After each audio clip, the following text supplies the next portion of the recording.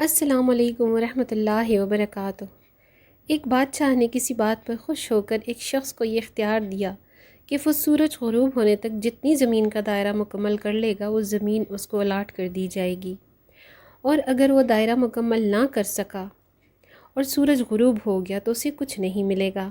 یہ سن کر وہ شخص چل پڑا۔ چلتے چلتے ظہر ہو گئی تو اسے خیال آیا کہ اب واپسی کا چکر شروع کر دینا چاہیے، مگر پھر لالچ نے غلبہ پا لیا اور سوچا کہ تھوڑا سا اور آگے سے چکر کاٹ لوں۔ پھر وہ واپسی کا خیال آیا تو سامنے کے خوبصورت پہاڑ کو دیکھ کر اس نے سوچا اس کو بھی اپنی جاگیر میں شامل کر لینا چاہیے۔ الغرض واپسی کا سفر کافی دیر سے شروع ہوا۔ اب وہ واپسی میں یوں لگتا تھا جیسے سورج نے اس کے ساتھ مسابقت شروع کر دی ہے۔ وہ جتنا تیز چلتا پتہ چلتا سورج بھی اتنا جلدی ڈھل رہا ہے۔ عصر کے بعد تو سورج ڈھلنے کی بجائے لگتا تھا پگھلنا شروع ہو گیا ہے۔ وہ شخص دوڑنا شروع ہو گیا کیونکہ اسے سب کچھ ہاتھ سے جاتا نظر آ رہا تھا۔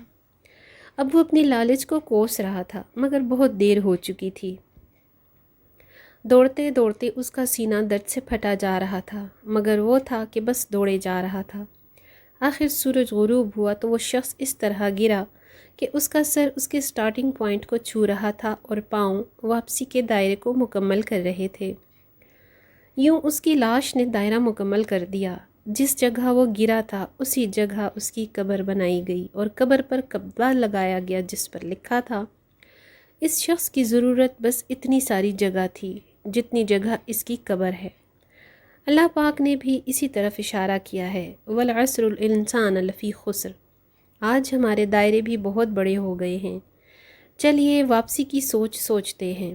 اللہ پاک ہمیں موت سے پہلے موت کی تیاری کی توفیق عطا فرمائے اور خاتمہ بالخیر فرمائے، آمین۔ ویڈیو اچھی لگے تو لائک اور شیئر ضرور کیجیے گا۔ اگلی ویڈیو تک اللہ حافظ۔